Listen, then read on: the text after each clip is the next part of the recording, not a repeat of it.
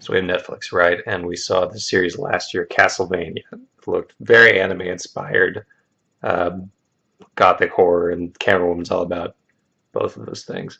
So we watched it, and I thought it was really good. It was only 4 episodes. I was disappointed when it ended because it was like, oh man, it's gonna be really cool. It's definitely gonna have a second season because of just how well it did, and its pace was good, and it was fun, and you had these various characters come together, and it was kind of a it was loosely inspired by an actual Castlevania game where there were multiple different characters you can play: a Belmont, a mage, Dracula's kid.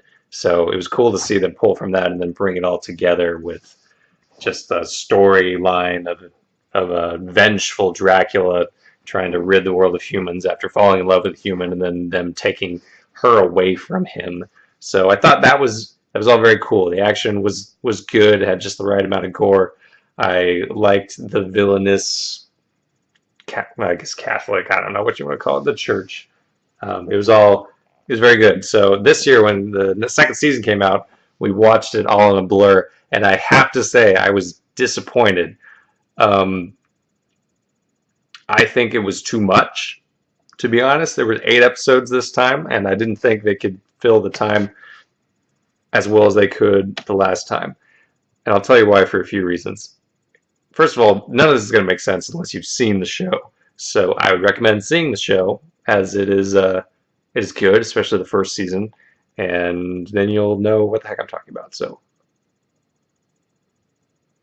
all right, I assume you went and saw the show.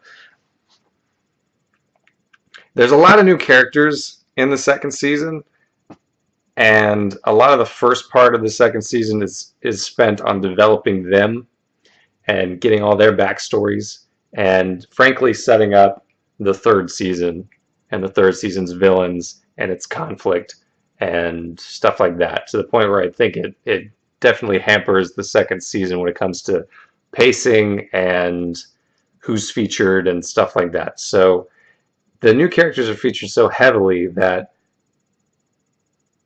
it's you're kind of like you kind of got two different things going on. Everything that's going on at Dracula's castle and the heroes. So the heroes are over here and they're in a library and they're checking that out for a very long time. And it feels like they're just kind of waiting for the other people in the story to progress their crap to get back around to the main conflict.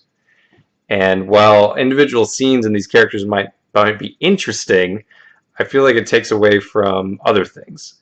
For example, the church was a big part of the first season, and the conflict between the church and Dracula and people that are caught between them, for that matter, but they're not there at all. There's not a lot of Dracula, for that matter. There's a lot of things going on in his court, unbeknownst to him and against his will, and he seems very inactive. He seems like he's not really doing much of anything. It seems like he's just depressed and waiting for something to end him or for the plot to catch up to what he's doing.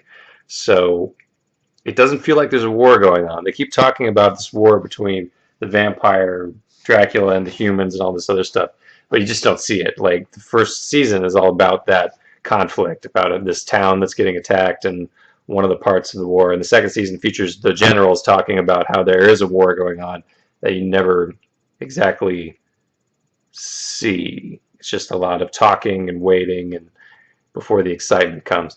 I think in a way it kind of reminds me of Game of Thrones a little bit, in that there's a lot of political conflict and intrigue going on within the castle. But, maybe that wasn't what I was watching in the first place for. I was watching for the characters and the battles and demon fights and stuff like that. So eventually they do come up to a very big battle between Dracula's vampires and somebody else's vampires, and people are picking sides and everything else. And they just get collided with the heroes. And it creates this very messy situation where it seems like that subplot gets completely derailed by the rest of the story. Like, somebody was portraying somebody else, but then it just kind of didn't go anywhere, and that somebody else went off that way to be the villains in the third season, and there you go. And then Dracula's dead.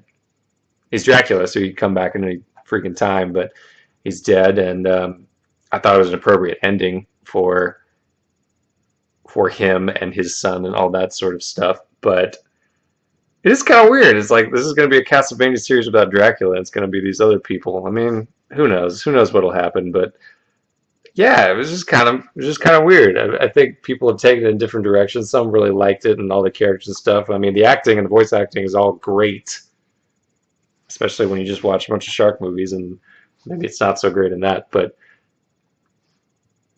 I just think it could have been structured a little bit better. Tell me what you think. Have you watched Castlevania? Is this going to convince you to watch Castlevania?